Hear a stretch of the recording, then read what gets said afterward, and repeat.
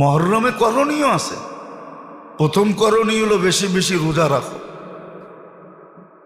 বেশি বেশি রোজা রাখো। দ্বিতীয় করণীয় হলো আল্লাহ রসুল বলছেন মুহররমের ভিতরে এক জাতির তওবা আল্লাহ কবুল করছেন, হাদিসে আছে।